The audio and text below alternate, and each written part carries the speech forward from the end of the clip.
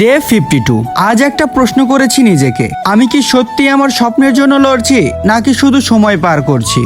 আসসালামু আলাইকুম, আমি আকাশ। এসএসসি পরীক্ষা শেষ সুযোগ মিশনে আজকে ডে 52। সত্যি বলতে এই 52 দিনের পথে অনেক কিছু বদলে গেছে।